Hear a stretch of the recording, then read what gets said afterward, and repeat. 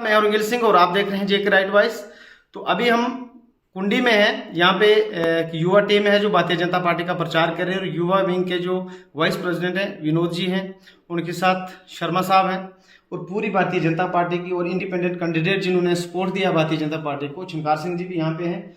तो आज इनसे देखेंगे कि अब भारतीय जनता पार्टी के इस प्रचार में आज कितना जोर आया है और क्या पोजिशन है, उस पर इन पे बात करते हैं। तो मैं विनोद जी से सबसे पहले ये बोलूंगा कि विनोद जी, अभी आप लगभग आपने ब्लॉक मंडल राजगढ़ जो उसको कवर कर लिया है, तो उसमें मुझे आप ये बताओ कि अभी बीजेपी की क्या पोजीशन है। देखिए, जहाँ जहाँ भी हम अपने ब्लॉक में गए हैं तो बहुत पॉजिटिव रिस्पांस आया है। लोगों का एक ही कहना है कि हमने बहुत बढ़ चढ़ के इस असेंबली वाले इलेक्शंस में हिस्सा लेना है और अपना वोट सपोर्ट जो है वो भारतीय जनता पार्टी को देना है, क्योंकि जब ज़मीनी सतह की बात की जाती है तो मोदी जी ने बहुत सारे ऐसी योजना लाई है जो ज़मीनी सतह तक एक गरीब आवाम तक पहुंची है। चाहे बात आप किसान की कीजिए, चाहे बात आप PMAY की कीजिए, क्योंकि आप सभी जानते हो कि पहले क्या होता था। जो लोग ये चला चला के कहते हैं कि इनसे पूछिए कि 10 साल में क्या हुआ है, मैं उन लोगों को पूछना चाहता हूं कि तुम ये बात बताओ कि तुमने 70 साल में क्या किया है। जितना 10 साल में हुआ है उतना तुम लोगों ने 70 साल में नहीं किया है। विनोद जी, मेरा दूसरा क्वेश्चन आपसे ये है कि मैनिफेस्टो की अगर बात करें तो एनसी का भी मैनिफेस्टो लोगों ने पढ़ा है, वो बीच है, कांग्रेस का उनका लाई है, और भारतीय जनता पार्टी और एनसी का जो एक मैनिफेस्टो है उसमें मुख्य जो डिफरेंस है वो 370 को दोबारा लाने की सपोर्ट में और भारतीय जनता पार्टी डेवलपमेंट के रास्ते पे। और ये फिर भी लोग उनकी तरफ क्यों जा रहे हैं? मैं आपसे, ये एक यंग लीडर हैं, आप लोगों के माइंड को समझते हैं, यंग जनरेशन क्या चाहती है? देखिए, ऐसा कुछ भी नहीं है कि लोग उनकी साइड जा रहे हैं, ऐसा कुछ नहीं है। आप सभी जानते हो, नौजवान जो एजुकेटेड यूथ है वो इस चीज़ को भली भांति से जानता है कि आर्टिकल 370 जो है वो अब नहीं आ सकता है, और नहीं हम लोगों को आर्टिकल 370 की तकलीफ है। हम चाहते हैं यहाँ के लोगों को रोजगार से मतलब है, जो यूथ है उनको अपना रोजगार चाहिए। उनको इस किस्म के आर्टिकल 370 की बात करो या 35 की बात करो, इस चीज़ से उनको कोई भी मतलब नहीं है। और बात आपने की मैनिफेस्टो की, तो ये तो पब्लिक के सामने है। उन लोगों की फिर से वही सोच है जो आतंकवादियों की सोच है। उनकी मैनिफेस्टो में साफ साफ लिखा है कि हम सत्ता में आएंगे तो हम जो लोग जेल में हैं उनको निकालेंगे।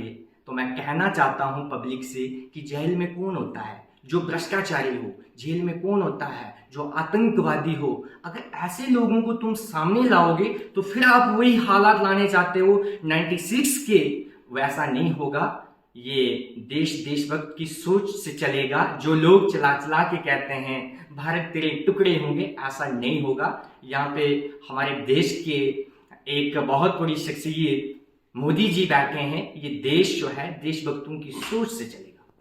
मेरा तीसरा क्वेश्चन विनोद है, अनएम्प्लॉयड यूथ की अगर बात की जाए तो भारतीय जनता पार्टी का जो मैनिफेस्टो है तो उसमें साफ साफ कहा गया कि हम रोजगार क्रिएट करेंगे, चाहे गवर्नमेंट हो या प्राइवेट सेक्टर में।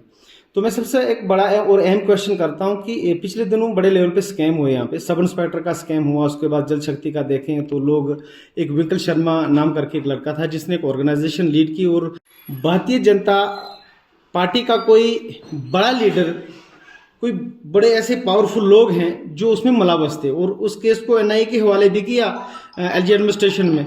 उसके बाद भी NIA ने उसे अब तक क्रैक नहीं कर पाया। लोगों के ये ना कहीं ना कहीं क्वेश्चन गवर्नर एडमिनिस्ट्रेशन पे आते हैं, और अगर देखा जाए तो गवर्नर एडमिनिस्ट्रेशन को तो सेंट्रल गवर्नमेंट ही रन करवाती है।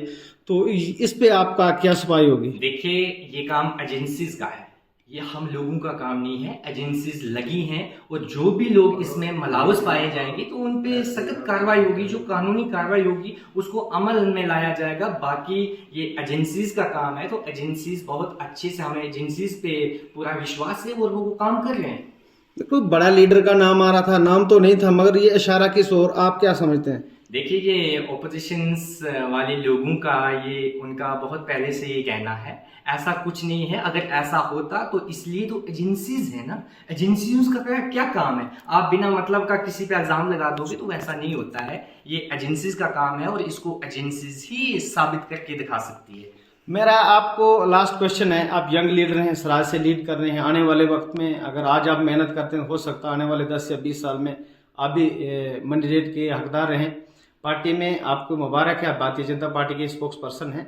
तो मेरा एक आखिरी क्वेश्चन जो खास करके मैं कहूँगा कि राजगढ़ मंडल और विधानसभा रंबन के लिए अगर कोई दुखती रग है तो एक बर्निंग इशू आपको बता दूं। सबसे पहला कि रेनी विलेज चक्का का एक ऐसा इशू है जो रंबन जो असेंबली सेगमेंट है उसमें जो भी प्रत्याशी होगा उसका जीत में अहम रोल अदा करेगा। इस पर आप क्या कहना चाहेंगे? देखिए, जो आपका कहना है ये बिल्कुल दुरुस्त है और ऐसा ही होगा, लेकिन इसके लिए जितने भी अपने इलाका चक्का कुंडी के जो भी इश्यूज हैं, जो भी प्रॉब्लम्स हैं, तो उनको कहीं ना कहीं तक सॉल्व किया जाएगा। और कुछ ऐसे भी काम है जो अभी प्रोसेस में लगे हुए हैं और वो विद इन डेज में उनका कोई ना कोई हल हो जाएगा।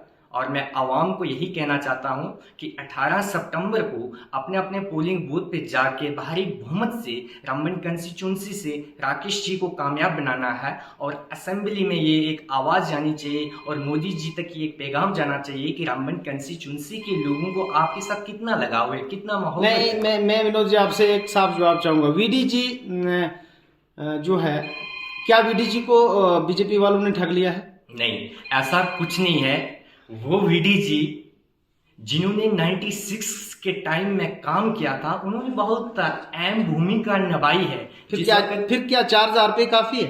देखिए, ऐसा कुछ भी नहीं है। कोई भी सिस्टम जो है वो प्रोसेस के साथ चलता है और मुझे उम्मीद है कि आने वाले दिनों में वीडी जी के मसले में भी जो भारतीय जनता पार्टी है उसको देखेगी। और ऐसा नहीं है कि ये खाली 4000 तक की सहमत है, ऐसा कुछ नहीं है। ये ऑपोजिशन वाले लोगों का इल्जाम होते हैं, ये इलेक्शन टाइम, ऐसा कुछ नहीं है। वीडी जी ने काम किया है और उसका फल भी उनको मिलेगा। बहुत बहुत शुक्रिया विनोद जी, आपने अपना कीमती समय दिया। आप देख रहे थे जेके राइट वॉइस। ये थे एक यंग लीडर हैं सराज रंबन जो अपना असेंबली सेगमेंट है वहाँ से एक यंग लीडर है, विनोद जी इनका नाम है। और इनकी जो पूरी टीम आप देखते हैं, एक साइड में कैंडिडेट हैं जो इंडिपेंडेंट में लड़ रहे थे और बाद में उन्होंने भारतीय जनता पार्टी के साथ समर्थन किया और अब एक फौजी की तरह लड़ाई लड़ रहे हैं।